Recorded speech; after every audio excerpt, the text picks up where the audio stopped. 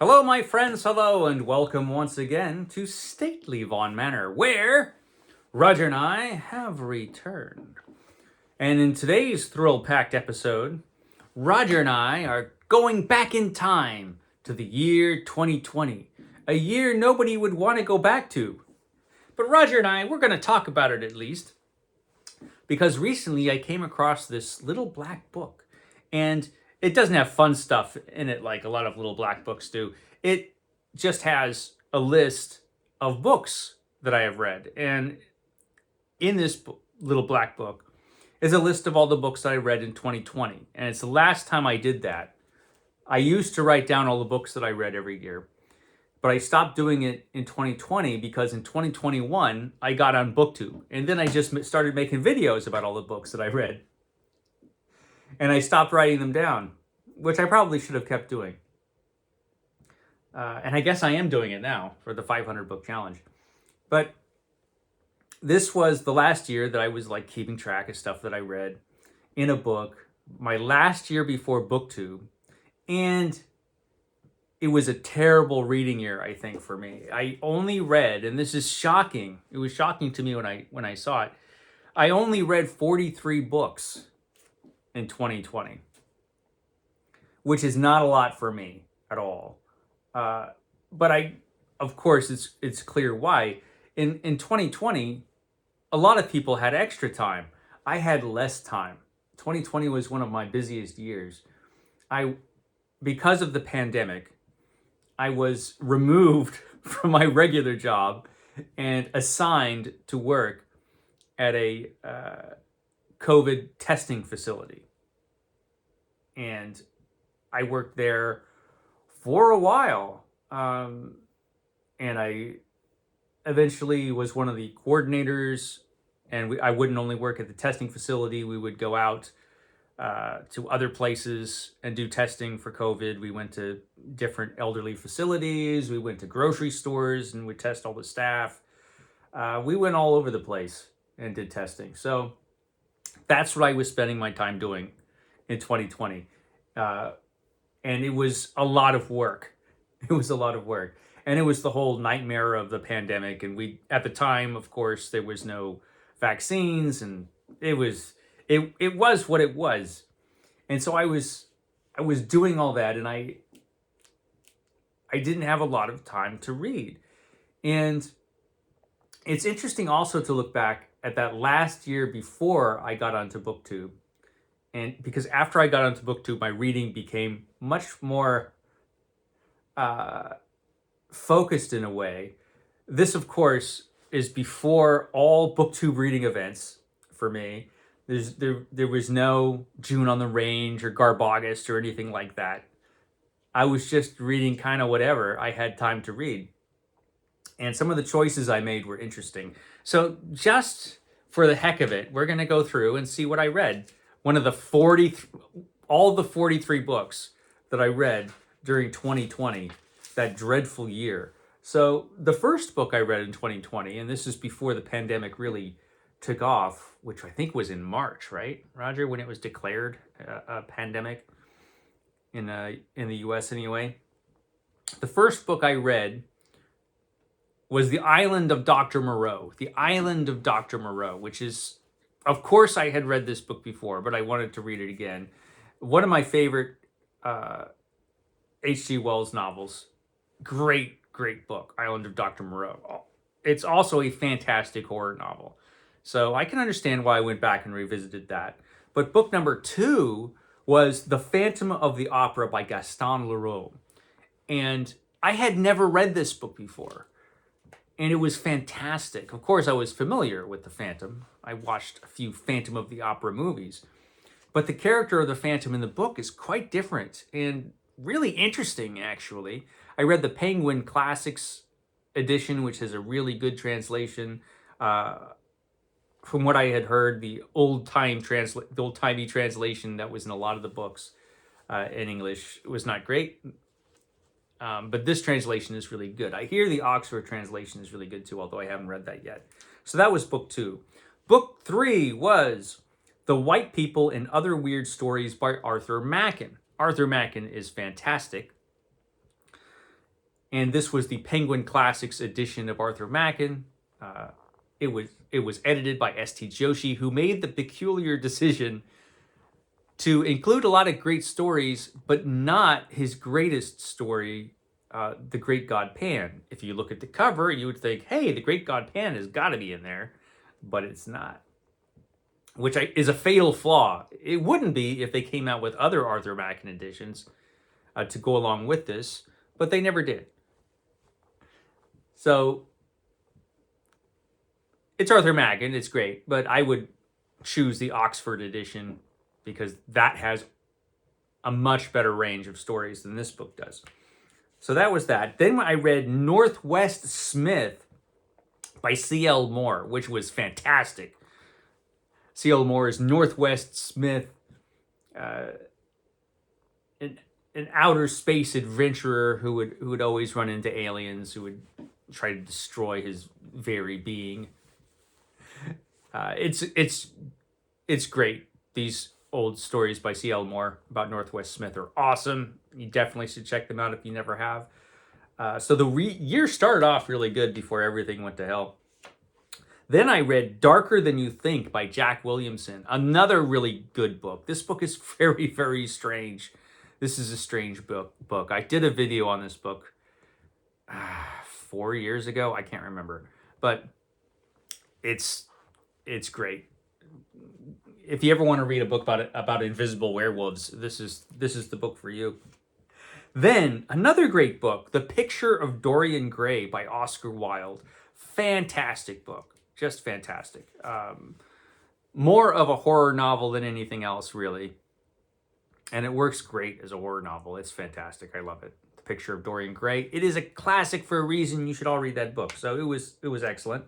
Then I switched gears a little bit and read The Moving Target by Ross MacDonald, which is the first Lou Archer novel, Lou Archer detective novel. It's really good. It's not as good as a lot of the later Lou Archer novels are.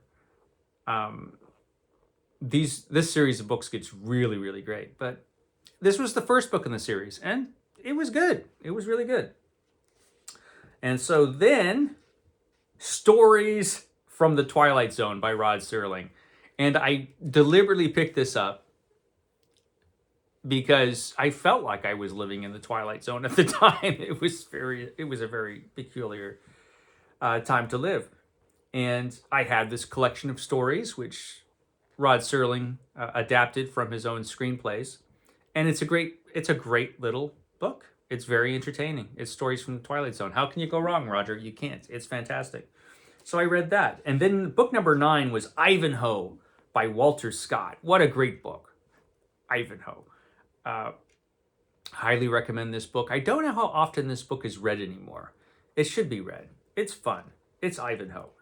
Then number 10, a true science fiction classic, The Left Hand of Darkness by Ursula K. Le Guin. I could talk. Ursula K. Le Guin. I was really, really impressed with this book. What an amazing book. Science fiction classic. It was wonderful. This is a wonderful book. Then I picked up one of my favorite authors of all time. And at the time, I was reading this author pretty much every year. I would pick up something. And this is Black Seas of Infinity, the best of H.P. Lovecraft. And this is the science fiction book club's edition of H.P. Lovecraft's stories. It's supposed to be the best. I had some quibbles about that. I think some of his best stories are not in this book. But it was good, and I just picked it up and read it. You know, I would, like I said, every year pretty much I'd read something H.P. Lovecraft. And that's what I read in 2020. And then I went back to another old favorite, A Princess of Mars by Edgar Rice Burroughs. And I think at the time, I was feeling like revisiting and rereading some of my favorite authors. I remember when I was working, where I was working, I was thinking, you know, I could get COVID really easily. You know, I was in a very high risk area to work. And I was 49 years old at the time, and I have lupus, so my immune system's already crap and wants to kill me anyway. And so I was thinking, if I catch this at the time, like I said, no vaccine, I could die. And so, maybe I want to revisit some old friends before I go. And I think that was what was on my mind, because I did quite a bit of rereading in 2020. Book number 13 was 2001: A Space Odyssey by Arthur C. Clarke. Of course, I had seen the movie a million times, but I had never read the book. This is the first time I had ever actually read the book. It's the only time I've read the book, I think. And the book is excellent. I really enjoyed it. But then I read a book that I hated more than anything else in the world. I read The Sound and the Fury by William Faulkner, and I hated it. I hate this book. I just hate it. First of all, I had no idea what was going on in this book. And by the time I figured it out, I was halfway through the book. So I had to go back and reread the whole thing. Just like, oh, now I know what's going on. I should probably start over and read it. And I did not enjoy it. Now, I'm not saying that it's bad. I'm not saying that. I know many people consider this book a masterpiece. Some people think this is their favorite book. I'm not arguing. I'm just saying I didn't like it. And I didn't. I didn't like it, Roger, at all. So that was The Sound and the Fury. Then I read a book I liked an awful lot. That was The Scarlet Letter by Nathaniel Hawthorne. Again, this was a reread for me. I had read this before. And here I was reading it again in 2020, just because it's a wonderful book. This book is just wonderful. And so I said, yeah, I want to read that at least one more time before I go. I love Nathaniel Hawthorne. Great writer. Then I read Appointment in Samara by John O'Hara. And I found out about this book because at the time I started watching BookTube. This is, I think, around the time I started watching BookTube. And Steve Donoghue had a video, I think, at the time about this book. I'm pretty sure that's how it went. And so I picked it up and read it and loved it. This is a great book. It's become one of my favorites, about a guy who just seems to be determined to ruin his own life. It's fantastic. If you've never read it, man, you owe it to yourself to read this one. That's a great book. Then Dracula. I reread Dracula again, another reread, and I remember reading this because at the COVID testing facility where I was working, there was no safe place where you can just take off your mask and relax for a few minutes. So whenever I had a break, I would walk out to my car wherever I was parked, sit in my car, take my mask off, eat something, and read for 10 minutes or whatever the hell I had. And I remember sitting there reading Dracula and being comforted by the familiar horrors of that book. Then, after Dracula, I read a very silly book that I enjoyed. I read Devolution by Max Brooks, which is a Bigfoot novel. It's a Bigfoot novel. And I rather enjoyed it. It's silly. But it's like a goofy horror movie. I enjoy Devolution. And it's a Bigfoot novel, and I found out since that it's not the best Bigfoot novel. Apparently there are other novels about Bigfoot, but this is the only one I've ever read, I think. I'm pretty sure. But I liked it. Then I read The Drowning Pool by Ross MacDonald. This book is another Lou Archer novel, and it's even better than the first one was. So I enjoyed that. Then I read an interesting book. This is The Return by Rachel Harrison. And this is good. I thought it was good. It's not great. There are some things about it that are not great. Again, it has a level of silliness to it if you think about the plot too hard at all. But I enjoyed it, actually. So I read that. And then I read The Tomb by F. Paul Wilson. And I really liked this one. And this is part of a big, long series that I never got back to. And I'm not sure why. Because I really like this one. I like this one a lot. Again, it's basically a monster movie in a book. And it was fun, but I never read any of the others. I should do that one of these days. Then I read the Mercurion by Leigh Brackett. And this is some of her Eric John Stark stories. Fantastic old pulp stories featuring this character. Brackett, of course, went on to write a bunch of screenplays and a bunch of other science fiction novels. Famously, she worked on Empire Strikes Back. But this is a lot of fun. Her old pulp stories are just great. She has such style, such a good writer. And so, yeah, I read that. And then book number 23 of that year, I read Great Expectations by Charles Dickens.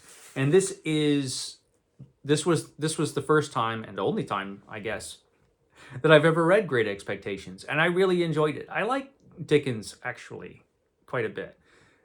Although there are a lot of Dickens novels I just haven't gotten to yet. But this one I liked a lot.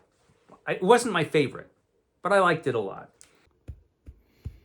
I forgot. At this point, I skipped this in the video. I read Foundation, the first novel in the Foundation series. And it was great. Again, another reread. And I never read any of the other Foundation books this year. But I did read Foundation, and I just forgot to put it in the video. Then I read a book I didn't like so much. And I'm not at all sure why I read this. I read Watch Me Disappear by Janelle Brown. I think I must have gotten this on Kindle for free or something. I don't know why I would have picked this book up otherwise. Because it's kind of a thriller type of book, which is not really my thing. And it has a terrible cover. A terribly boring cover. It looks like every other cover in the world. And the book is not so great. It's just my opinion. You know, if you love the book, whatever, that's great. I didn't think it was all that great at all. And then I read an awesome book. Then I read The Blade Itself by Joe Abercrombie. And I have an older brother who had been trying to get me to read this book literally for years. And finally I read the book. And it was great. It was great. And I was very happy I finally got to it. Again, this was before this is before I watched a lot of BookTube and realized how huge fantasy had become and grimdark and all that stuff. I was just reading this as a fantasy novel, and it was a really good one. So where am I? Oh yeah. So now after that, I read The Gods of Mars by Edgar Rice Burroughs, my favorite Mars novel from Edgar Rice Burroughs. So this another reread. Wanted to spend some time on Barsoom with John Carter, and who wouldn't, given the situation? And then I read Survivor Song by Paul Tremblay. This was interesting because it was about a pandemic during a pandemic, which Tremblay at the time, I remember seeing an interview from him, and he's like, this wasn't planned. It just turned out this way. The unfortunate thing about this book is that it's a zombie novel. Basically, they're not really zombies, but basically it's a zombie novel. And already at the time in 2020, this had become a very tired genre. And I read it because I liked a couple of his other books that I read, and this one is not bad. It's not bad. It's just a zombie novel, and it doesn't really do anything new with it. It's just kind of there. The characters are good, but it was just kind of okay. Then I read Before They Are Hanged by Joe Abercrombie, which was magnificent. I love this book. I really like this series. And yeah, that was excellent. Then I read Lovecraft Country by Matt Ruff, which I enjoyed. I thought it was good. I'm not sure I thought it was as good as everybody else seemed to think it was, but I thought it was good. I enjoyed that book. Then I read The Ivory Grin by Ross MacDonald, which was really good. That's a really good book. Another Lou Archer detective novel, so I read that. Then I read The Last Argument of Kings by Joe Abercrombie to finish off that trilogy, and it ended spectacularly. And then I read Heroes and Horrors by Fritz Leiber, and this is a collection of stories about heroes and horrors. has some of his horror stories, some of his fantasy stories. Really good Fritz Leiber collection. Really enjoyed it. Then I read Traitors Blade by Sebastian de Castell, which is, a fantasy novel. And it was kind of fun. I read a couple of books in this series, at least. I don't know that I ever read a third one. I can't remember. So, that tells you something. It was good. It was good. Thinking back, it probably wasn't great, but I enjoyed it. Then I read Fledgling by Octavia E. Butler. Not Butler's best. This book is disturbing in all the wrong ways. I read this book and it's a vampire novel. It's like a science fiction take on a vampire novel. It has some interesting ideas in it. The vampire society is kind of interesting. But that really is all it has going for it. It's got some things in it that are just really gross. And like I said, not in a good way. So that was that. But then I read The Wolfman by Nicholas Picaro. And this was excellent. This was Picaro's debut novel, and it was his only one because he was killed before he could write another book. He was a reserve police officer, I believe, and he was killed in the line of duty, unfortunately. And so this was his only novel, and it's a good one. It's a really good werewolf book. I recommend it. That was a good book. Then I read Science Fiction Terror Tales, edited by Groff Conklin, and this was fantastic. This is a great collection. Conklin came out with some excellent science fiction anthologies, and this is definitely one of his more fun anthologies. So I read that and really enjoyed it. Then I read Into the Drowning Deep by Mira Grant, which is... it reminded me, it's a Killer Mermaid book. And it reminded me, is the Sci-Fi Channel still around? I don't even know if the Sci-Fi Channel still exists, but it definitely existed at one time. And on the Sci-Fi Channel, they used to make terrible, terrible, terrible movies with awful CGI. I mean, like the worst. And it was almost deliberately awful. And they made a ton of these really awful monster movies. And this feels like it got the script from one of those sci-fi original movies. The special effects were better because it's a book and you can picture the special effects being better. But otherwise, it feels a lot like a sci-fi original movie from the Sci-Fi Channel. It's probably better than Sharknado, but not much. So then we have Empire of Silence by Christopher Rocchio, which I read because of BookTube. I was watching BookTube and I heard about this book, so I picked it up. And I enjoyed it. This was a good book. It's gigantic. It's a science fiction fantasy thing. And so it's got the thing where the book has to be 1,000,000 pages long. And I did enjoy it. I enjoyed this big, giant, long book. It's good. This is a really good book.